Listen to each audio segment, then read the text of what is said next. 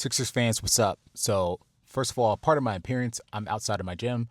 Before I go in and get my workout in, I just wanted to record a quick video because I have some thoughts about my favorite basketball team, the Philadelphia 76ers. So, I watched the OKC Thunder versus the Sixers game last night, and I had a few thoughts that came to my mind after watching that game. So, first of all, as I mentioned in one of my shorts, VJ Edgecombe went off for 35 points. And I forget how many rebounds he got, but I know it was a significant amount. And it was supposed to be the game where Jared McCain came back and he was supposed to drop 25 points on our heads, which he didn't end up doing. I thought we was going to get blown out by like 60 points because we're going up against the reigning MVP and finals MVP, Shea Alexander, but he ended up only putting up 22 points. Meanwhile, our guy VJ, who's our rookie, put up 35. So with that in mind, what I wanted to just talk about quickly in this video is what I think the Sixers should do going forward for the rest of this season and possibly next this off season coming up and with the next several off seasons coming up as well. So first, what I think the Sixers should do is just continue to get healthy. I don't have any expectations of the team becoming a championship contender or a championship winning team. I did have those feelings at the beginning of the season when we were like one of the top like 2 seeds. But once we started dropping more and more and attrition started getting to us, I started seeing that not being a possible thing. And then once Tyrese Maxey got hurt, that just completely went out the window for me. So I don't see us winning a championship. No matter if we face the Celtics, have to go up against the Knicks or the Pistons. Like, do I think we could take at least one of them or two of them in a series? Yeah, possibly. But I don't think we could win a 7-game series against those teams. That's just me being an honest Sixers fan. However, what I do think we should do is like just play our hearts out, and we're probably going to be in the play-in. Just win out the play-in. If we lose in the first round, so be it. I personally prefer we just get rid of Nick Nurse and get another coach in here. But if they decide not to fire Nick Nurse, I'm cool. I personally think Daryl Morey should be let go for sure. But I highly doubt they're going to let Daryl Morey go. Nonetheless, we should just try our best to get in the playoffs and just win as many games as we can in the playoffs. If we can get to the second round, I'll be elated. I'll be happy as a Sixers fan. However, what I think that sorry, let me back up. At first, I wanted to tank. Once our guys started going out, Kelly Oubre went out, Paul George got that suspension. I wanted to tank and try to get a top 4 pick, but the math is not in our favor to do that. Just at first, it was like a 9% chance if we get into like the top or the bottom. I don't know, maybe the 10th seed or 11th seed, we had like a 9% chance. But let's say we get into the play-in and we don't lose, but we still try our best. We still have like a 2 or 3% chance at getting a top 4 pick. It's not highly likely, but I mean, the Dallas Mavericks, they were able to get the number 1 pick with like a 1% chance. So, anything's possible. I'd rather my team go out fighting hard than just going out as losers, as everyone typically around the league think we are. So, like I said, we should go into play-in, play as hard as we can, and just let the chips fall where they may. However, going into this offseason, what I think we need to do is shift our mindset. We're no longer building around Joel Embiid or Paul George. I don't think we were building around Paul George to begin with anyway. He was supposed to just be a supportive role, and we're just overpaying him. But we're definitely no longer building around Joel Embiid. Honestly, the team is trying to build around Tyrese Maxey, but I don't even think that's the right move to make.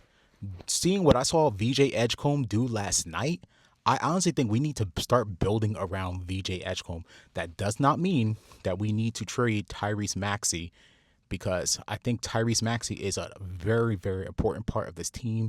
He's young. I think the team will be good by 2029. And even by that year, Tyrese Maxey will still be young. He'll be in his prime. And some of these older players that are good right now, like Jalen Brunson and Jaylen Brown, they'll be much older, so they might not be as good by then. But Tyrese Maxey should still be good enough by this 2029 season. If we start building around VJ Edgecombe and Tyrese Maxey start embracing the B role instead of the A role, like that being that guy, I think the Sixers will be a lot better off. VJ Edgecombe showed me last night, and not just last night, but over these several games, that not that he can necessarily carry the team, but that he can be a guy that the team can run its offense through. Now, he's not a great ball handler right now. He's not a great playmaker. He did make a lot of goofball mistakes, which, I mean, he's a rookie, so he's allowed to make those mistakes. He's allowed to work through those things. But from what I saw is that VJ, he can carry a huge offensive load. Teams don't have a lot of answers for VJ because he can hit the mid range, he can hit the three. He's good at scoring around the rim. He goes hard with dunking. He's really strong. He's a lot stronger than Maxey. He's a lot, especially when he's confident. I saw a lot of games where VJ didn't score as much, and that's because the offense was running through guys like Joel and Maxey. But we need the offense to run through VJ. I feel more confident when the offense is running through him. So we need to start building around him. That doesn't mean that Maxey can't be our point guard, but Maxey, he's not a good playmaker, so I don't know. That might be a decision we'll have to make in the future, whether we're going to rock with VJ or rock with Maxey. I personally prefer to keep both, but I mean, if we can get a better point guard on the team, then I'm down with that. We need to get I think in this offseason coming up, since we have that Rockets pick, what we need to do is draft either a power forward or we need to draft a center. Now, I prefer to get a center because we need a guy that can play starter minutes when Joel Embiid is not here. I think we're going to lose Andre Drummond in the offseason, and I'm cool with that because I've seen enough of Andre Drummond. The Andre Drummond experience is kind of done with me.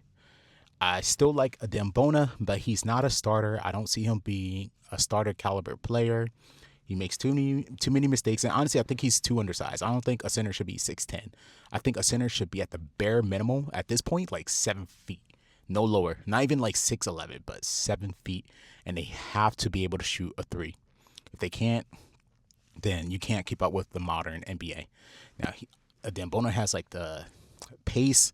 He has a high motor, but like he will get cooked against guys like Isaiah Hartenstein or Chet Holmgren or Jokic even, and of course Wembanyama. So we need a center who's at least 7 feet. And in another video, I'm gonna talk about who I think we should draft at that position because there is a guy available in the draft or in this upcoming draft that should be available in the range that we will have with that Rockets pick. Hopefully the Rockets lose some more games. I feel like the Rockets could either fall in the play-in or lose in the first round for sure, and that can shore up that pick for us that we will be able to draft the guy that I want to draft, and I'll talk about him again in another video. But I think that we either have to draft a power forward because Dom Barlow, I really like the kid. He's young. He fits the timeline. But the more I see of him, the more I feel like he's a good guy to have coming off the bench. He's not a starting caliber power forward. He did some amazing things for us this season. I think he definitely earned that contract, and I'm glad that we have him contracted for a few years. But he's not going to be a guy that will be like a difference maker, you know, like a Evan Mobley or I don't know, some other like really big power forward like Julius Randle. Is he a difference maker? I don't know. Nonetheless, but Dom Barlow, I really like the kid, but he's just not going to be the difference maker between us winning a championship. So with that said, to recap, I really think that we should start shifting our mindset from building around Tyrese Maxey to building around VJ Edgecombe. And I think we should start by building around VJ this offseason by drafting either a center or a power forward.